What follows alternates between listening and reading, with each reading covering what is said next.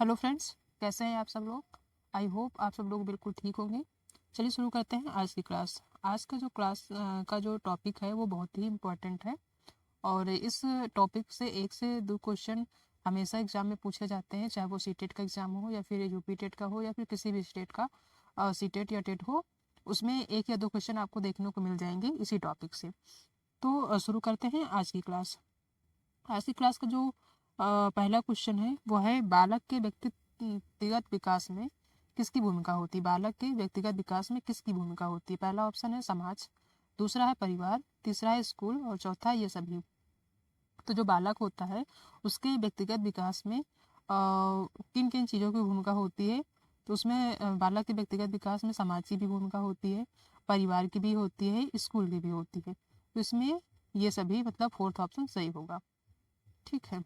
Next है किस मनोवैज्ञानिक ने व्यक्तित्व के दो प्रकार बताए हैं। तो इसका जो पहला ऑप्शन है वुडवर्थ, सेकंड है वैलेंटाइन, थर्ड है मन और फोर्थ है युंग। तो इसका जो राइट आंसर होगा वो होगा युंग।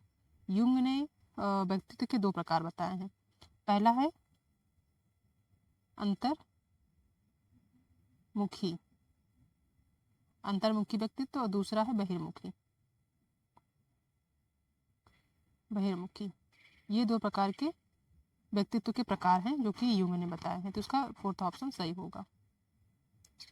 नेक्स्ट है बालक के व्यक्तित्व को प्रभावित करने वाले कारक हैं।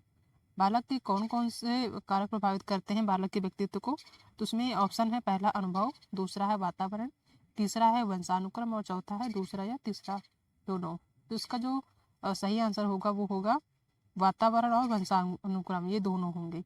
अनुभव से कोई मतलब नहीं है, इसका कोई व्यक्ति का कारक से कोई मतलब नहीं है, व्यक्तित्व के कारक से कोई मतलब नहीं है, कोई लेना देना नहीं है। तो ये तो बिल्कुल नहीं होगा। इसका जो सही आंसर होगा ये दोनों होगा। वातावरण और वंशानुक्रम का जो प्रभाव है वो बालक के व्यक्तित्व का प्रमुख कारण है। ये कहीं ना कहीं बालक के व्यक्तित्व से संबंधित हैं। इनके वातावरण और वंशानुक्रम के बिना बालक का जो पूर्ण विकास है वो नहीं हो सकता। ठीक है। नेक्स्ट है अंतर्मुखी व्यक्तित्व की विशेषता है एकाकी प्रवृत्ति, दूसरा है मितभाषी, तीसरा सामाजिकता का भाव और चौथा वाक्पटुता। तो इसमें जो है इसमें आंसर जो होगा वो होगा एकाकी प्रवृत्ति, मितभाषी और सामाजिकता। ये जो तीन चीजें हैं ये अंतर्मुखी व्यक्तित्व की विशेषता है। ठीक है। और वाक्पटुता जो है ये है बहिर्मुखी की विशेषता। तो इसमें जो क्वेश्चन पूछ रहा है कि अंतर्मुखी व्यक्तित्व की विशेषता है, तो यहाँ पे विशेषता है नहीं, यहाँ पे नहीं, निगेटिव चीज पूछ रहा है कि इसमें कौन सी ऐसी विशेषता है जो कि अंतर्मुखी व्यक्तित्व की विशेषता नहीं है। तो एकाकी प्रवृत्ति, मितभाषी और सामाजिकता का भाव, ये तीन चीज जो है ये अंतर्मुखी व्यक्तित्व की विशेषता है। वाक पटुता यानी कि बोलने की ज्यादा प्रवृत्ति, ये जो है अंतर्मुखी व्यक्तित्व की विशेषता नहीं है बल्कि बहिर्मुखी व्यक्तित्व की विशेषता है। तो आपको हम बताते चले कि जो अंतर्मुखी व्यक्ति होते हैं वो किस टाइप के होते हैं। तो जो अंतर्मुखी व्यक्ति होते हैं वो एकाकी प्रवृत्ति मानी मीन्स कि वो अकेले रहना पसंद करते हैं। ऐसे व्यक्ति जो अकेले रहना पसंद करते हैं वो अंतर्मुखी होते हैं।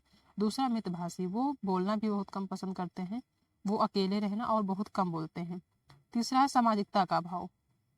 अंतर्मुखी जो व्यक्ति होते हैं या फिर अंतर्मुखी व्यक्तित्व के जो व्यक्तित्व प्रवृत्ति के व्यक्ति होते हैं वो समाज के लोगों से कम इंटरेक्ट होते हैं, कम मतलब रखते हैं, वो अपनी चीज़ों से मतलब रखते हैं।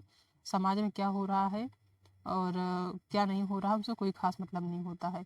तो ये तीन चीज़ें जो हैं ये अंतर्मुखी व्यक्तित्व की विशेषता है और वाक्पटुता जो है बहिर्मुखी की विशेषता है। तो उसका जो निगेटिव होगा, क्योंकि निगेटिव ही पूछ रहा है तो निगेटिव का निगेटिव ही सही होगा, यही आंसर सही होगा। नेक्स्ट है व्यक्तित्व का मनोविश्लेषणात्मक सिद्धांत किसने दिया था। पहला ऑप्शन है टॉलमैन, दूसरा फ्रायड, तीसरा है मैकडूगल और चौथा यूंग। इसका जो सही आंसर है वो है फ्रायड। फ्रायड ऐसे मनोवैज्ञानिक हैं जिन्होंने व्यक्तित्व का मनोविश्लेषणात्मक सिद्धांत दिया था। तो इसका फ्रायड होगा, ये आंसर सही है। नेक्स्ट है बहिर्मुखी व्यक्तित्व होता है। अब ऊपर अंतर्मुखी व्यक्तित्व की विशेषता पूछी गई है, इसमें भी एक तरह से विशेषता ही पूछ रहा है कि ये बहिर्मुखी व्यक्तित्व कैसे होते हैं। श्रेष्ठ समायोजन, चिंता मुक्त, उत्तम नेतृत्व या इनमें से सभी। तो जो बहिर्मुखी व्यक्तित्व वाले व्यक्ति होते हैं या बालक होते हैं उसमें जो वो भावना होती है वो श्रेष्ठ समायोजन, मतलब कि कहीं भी किसी भी माहौल में वो अपने आप को समायोजित कर लेते हैं। ठीक है, ये होगा। दूसरा होगा चिंता मुक्त, वो अपने भविष्य को लेकर या किसी अन्य चीज़ों को लेकर उनके अंदर चिंता नहीं होता, वो चिंता से मुक्त होते हैं। ठीक है। उत्तम नेता, तो कोई भी काम करना हो, चाहे वो अपना खुद का हो या किसी समाज में रहकर कोई काम करना हो या दोस्तों के साथ रहना हो या किसी भी काम को करने में उनकी जो नेतृत्व की क्षमता होती है वो बहुत ही अच्छी होती है, उत्तम प्रवृत्ति की होती है। मतलब किसी भी काम को बढ़ चढ़कर आगे बढ़ के काम करते हैं वो ऐसे लोग जो बहिर्मुखी व्यक्तित्व के होते हैं।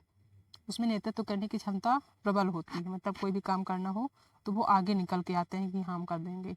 ऐसे व्यक्ति जो होते हैं वो बहिर्मुखी व्यक्तित्व के व्यक्ति होते हैं। नेक्स्ट है इनमें से सभी, तो इसमें जो है ये सारी चीज़ें बहिर्मुखी व्यक्तित्व के विशेषताएं हैं, तो इनमें से ये सभी सही होगा। नेक्स्ट है व्यक्तित्व को प्रभावित करने वाला प्रथम कारक कौन सा है? कौन सा ऐसा कारक है जो एक व्यक्ति के व्यक्तित्व को प्रभावित करता है सबसे पहले? ठीक है, तो इसका जो राइट आंसर होगा वो होगा वंशानुक्रम।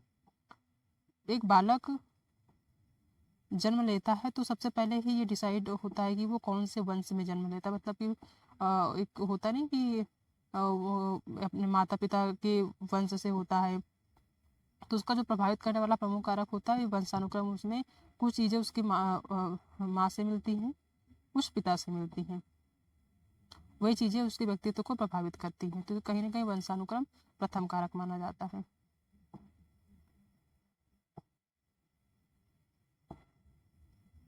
नेक्स्ट है व्यक्तित्व स्थायी समायोजन है। एक व्यक्ति अपने आप को किसके साथ समायोजित कर लेता है ये आपको बताना है। पहला ऑप्शन है प्रकृति के साथ, दूसरा है विद्यालय के साथ, तीसरा है परिवार के साथ या ये सभी। एक व्यक्ति जो समायोजित कर लेता है अपने आप को वो इन सभी चीज़ों में समायोजित कर लेता है। एक व्यक्ति अपने परिवार के साथ तो समायोजित करता ही करता है अपने आप को, विद्यालय के साथ करता है और प्रकृति के साथ भी। वो कहीं भी जाता है वहाँ का माहौल कैसा भी हो वो अपने आप को ढाल लेता है। तो यही होता है कि ये सभी इन सारी चीज़ें में वो समायोजित कर लेता है अपने आप को। तो इसका फोर्थ ऑप्शन सही होगा। नेक्स्ट है व्यक्तित्व एवं बुद्धि में वंशानुक्रम जी की भूमिका होती है। यहाँ पे की होगा कि व्यक्तित्व एवं बुद्धि में वंशानुक्रम की भूमिका होती है। पहला ऑप्शन है आकर्षक, दूसरा है अद्वितीय, तीसरा है नाम मात्र, चौथा है महत्वपूर्ण। इसका जो सही आंसर होगा वो होगा महत्वपूर्ण। व्यक्ति एवं बुद्धि में वंशानुक्रम की महत्वपूर्ण भूमिका होती है। इसका जो आंसर होगा फोर्थ होगा महत्वपूर्ण। नेक्स्ट है हरमन रोसा स्याही धब्बा परीक्षण कब हुआ था? हरमन रोसा स्याही धब्बा परीक्षण जो होता है वो किस सन में हुआ था ये आपको बताना है। तो इसका जो पहला ऑप्शन है 1938, दूसरा 1953, तीसरा 1930 और चौथा है 1921। यही ऑप्शन सही होगा। 1921 ईस्वी में, ईस्वी कह सकते हैं इसको, हरमन रोसा नाम के एक वैज्ञानिक थे जिन्होंने स्याही धब्बा परीक्षण किया था। ठीक है। नेक्स्ट है हरमन रोसा स्याही धब्बा परीक्षण में कितने कार्ड होते हैं? ठीक है, एक हरमन रोसा जो स्याही धब्बा परीक्षण है वो एक व्यक्ति के व्यक्तित्व को मापने का परीक्षण है। तो इसमें कितने कार्ड होते हैं ये बताना है। पहला ऑप्शन है 12, दूसरा 18, तीसरा है 10, चौथा ऑप्शन भी होगा 15। तो इसका जो सही ऑप्शन है वो होगा 10। 10 कार्ड होते हैं। ठीक है, हरमन रोसा स्याही धब्बा जो परीक्षण होता है उसमें 10 कार्ड होते हैं। इसका थर्ड ऑप्शन सही होगा। नेक्स्ट है स्याही धब्बा परीक्षण का प्रतिपादक कौन है? जो स्याही धब्बा परीक्षण होता है उसके प्रतिपादक कौन है जिन्होंने स्याही धब्बा परीक्षण का प्रतिपादन किया था सर्वप्रथम? तो इसका जो सही आंसर है वो होगा हरमन रोसा। जैसा कि आपने ऊपर देखा है कि इनका जो नाम है, जैसे कि आपको दिखा दे, ये हरमन रोसा स्याही धब्बा परीक्षण। मतलब कि इसका जो राइट आंसर होगा कि स्याही धब्बा परीक्षण का प्रतिपादक कौन है वो होगा हरमन रोसा। हरमन रोसा ही स्याही धब्बा परीक्षण का प्रतिपादक है, इसीलिए ये परीक्षण में इनका नाम ऐड है क्योंकि इन्होंने इसका प्रतिपादन किया था। तो इसका नाम ही हो गया हरमन रोसा स्याही धब्बा परीक्षण। तो इसका फोर्थ ऑप्शन सही होगा। नेक्स्ट है वातावरण में सभी वे तत्व सम्मिलित होते हैं जो प्रभावित करते हैं। एक वातावरण में कौन से ऐसे तत्व सम्मिलित होते हैं जो व्यक्ति को प्रभावित करते हैं? तो इसका पहला ऑप्शन है व्यक्ति का विकास, दूसरा है व्यक्ति का व्यक्तित्व, तीसरा है व्यक्ति का व्यवहार, चौथा है व्यक्ति की रुचि। ये जो है व्यक्ति है, व्यक्ति। ठीक है। वातावरण में सभी वे तत्व सम्मिलित होते हैं जो व्यक्ति के व्यक्तित्व को प्रभावित करते हैं। वातावरण में सभी वे तत्व सम्मिलित होते हैं जो प्रभावित करते हैं व्यक्ति के व्यक्तित्व को। ठीक है, तो इसका सेकंड ऑप्शन सही होगा।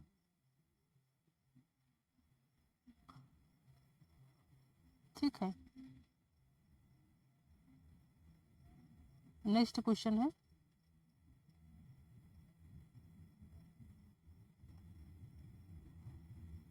नेक्स्ट क्वेश्चन है, एक व्यक्ति के व्यक्तित्व की विशेषता है। ठीक है, इसका जो पहला ऑप्शन है दृढ़ इच्छा शक्ति, दूसरा है सामाजिकता, तीसरा है आत्मचेतना और चौथा है ये सभी। तो एक व्यक्ति के व्यक्तित्व की जो विशेषता होती है वो होती है दृढ़ इच्छा शक्ति। जी हाँ, एक व्यक्ति की जो व्यक्तित्व की विशेषता होती है वो दृढ़ इच्छा शक्ति, उसमें जो इच्छा शक्ति हो उसमें दृढ़ हो, किसी भी चीज़ को करने का जो एक जज्बा होता है कि वो जो चीज़ ठान लेते हैं वो करके ही रहते हैं, तो वो दृढ़ इच्छा शक्ति उनमें होती है। तो ये एक ये विशेषता हो जाती है। दूसरा सामाजिकता की भावना, एक समाज में रहकर लोगों के प्रति जो उनकी भावना होती है सहयोग की, वो उनके अंदर होती है, सामाजिकता की भावना उसमें भरी होती है एक व्यक्ति में, जो ये भी एक उसकी विशेषता है व्यक्ति के व्यक्तित्व की। दूसरी आत्मचेतना, ये भी एक व्यक्तित्व की विशेषता मानी जाती है। तो इसमें जो ऑप्शन सही होगा वो होगा सभी, इसमें से सारी जो विशेषताएं हैं एक व्यक्ति की व्यक्तित्व की विशेषताएं मानी जाती है। नेक्स्ट किसने कहा है कि व्यक्तित्व वंशानुक्रम और वातावरण का गुणनफल है। ठीक है, कौन से ऐसे वैज्ञानिक हैं जिन्होंने कहा है कि व्यक्तित्व वंशानुक्रम और वातावरण का गुणनफल है। क्या वैलेंटाइन है, सेकंड है बोरिंग या थर्ड है वुडवर्थ। तो इसमें जो राइट आंसर होगा वो होगा वुडवर्थ। वुडवर्थ ऐसे वैज्ञानिक है जिन्होंने कहा कि व्यक्तित्व वंशानुक्रम और वातावरण का गुणनफल है। ठीक है, तो इसका थर्ड ऑप्शन सही होगा। नेक्स्ट है TAT, इनमें से क्या मापता है। TAT जो परीक्षण होता है वो इसमें से क्या मापता है, क्या बुद्धि मापता है, व्यक्तित्व मापता है, या सृजनात्मकता मापता है, या परिपक्वता मापता है। तो उसका जो राइट आंसर होगा वो होगा व्यक्तित्व। TAT परीक्षण जो है वो व्यक्तित्व को मापता है, एक बालक के व्यक्तित्व को मापता है TAT परीक्षण। नेक्स्ट है TAT जो परीक्षण है ये किसने दिया था। TAT यानी कि प्रासंगिक अंतर्बोध परीक्षण है, इसको किसने दिया था, कौन से वैज्ञानिक थे जिन्होंने ये परीक्षण दिया था। क्या आलपोर्ट है, दूसरा है वुडवर्थ, तीसरा है मॉर्गन व मुरे और चौथा है सेल्डन। इसमें से जो ऑप्शन आपको सही होगा वो होगा मॉर्गन और मुरे। ये ऐसा वैज्ञानिक है, मनोवैज्ञानिक है जिन्होंने TAT परीक्षण को, TAT जो परीक्षण है इसको एक प्रतिपादित किया एक तरह से। इनका जो TAT परीक्षण लाने का जो श्रेय है ये मॉर्गन और मुरे को दिया जाता है। नेक्स्ट है सबसे पहले व्यक्तित्व का परीक्षण किसने किया था। तो इसका ऑप्शन है थार्नडाइक, दूसरा है सेल्डन, तीसरा है हिप्पोक्रेटस और चौथा है वुडवर्थ। तो इसका जो राइट आंसर होगा वो होगा हिप्पोक्रेटस, इसका थर्ड ऑप्शन सही होगा। नेक्स्ट है मानव किस व्यक्तित्व का परिणाम है। मानव किस व्यक्तित्व का परिणाम है। इसका पहला ऑप्शन होगा आनुवांशिकता, दूसरा है वातावरण, तीसरा है शिक्षा या फिर पहला और दूसरा दोनों। ठीक है, तो मानव का जो व्यक्तित्व है उसका जो परिणाम है वो आनुवंशिकता और वातावरण दोनों पर निर्भर करता है। इन्हीं दोनों की वजह से एक बालक में अच्छी चीज़ें आती हैं, एक तरह से कहें कि वो बहुत सारी चीज़ें उसमें आनुवंशिकता उनके पेरेंट्स से मिल जाती हैं और बहुत सारी चीज़ें उसको जो मिलती है वो उसके वातावरण से मिल जाती है, अपने घर के माहौल से मिल जाती है। ठीक है, तो ये दोनों ऑप्शन सही होगा। नेक्स्ट है व्यक्तिगत विभिन्नता का कारण नहीं है। इसमें से कौन सा ऐसा कारण नहीं है व्यक्तिगत विभिन्नता का। ये नेगेटिव पूछ रहा है, नहीं है। आप हमेशा जब आप एग्ज़ाम में जाएं एग्ज़ाम देने या फिर आप घर पे कोई भी पेपर सॉल्व कर रहे हो या फिर क्वेश्चन पेपर लगा रहे हो उसमें नहीं शब्द को आप ज़रूर ध्यान दीजिएगा कि इसमें क्या पूछ रहा है, तो आप उसको अंडरलाइन कर लीजिए, तो आपको ये गलती कभी नहीं हो पाएगी। कभी कभी क्या होता है कि जल्दबाजी में हम क्वेश्चन ठीक से नहीं पढ़ते हैं और उल्टा सीधा आंसर करके चले आते हैं। ठीक है, उसका जो ऑप्शन है वो है वातावरण, दूसरा परिपक्वता, तीसरा निर्देशन और चौथा वंशानुक्रम। तो इसमें जो एक व्यक्ति के विभिन्नता का जो कारण है नहीं पूछा गया है, तो इसका जो राइट आंसर है वो वातावरण, परिपक्वता और वंशानुक्रम, ये तीनों चीज़ें सही है, मतलब पॉजिटिव है। ठीक है, ये निर्देशन निगेटिव है, तो निगेटिव का आंसर निगेटिव ही होगा। ठीक है, नेक्स्ट है, पढ़ते समय अध्यापक को किसका सर्वाधिक ध्यान रखना चाहिए? पढ़ते नहीं है पर पढ़ाते समय होगा। ठीक है, क्योंकि अध्यापक जो वो पढ़ाएगा ना कि पढ़ेगा।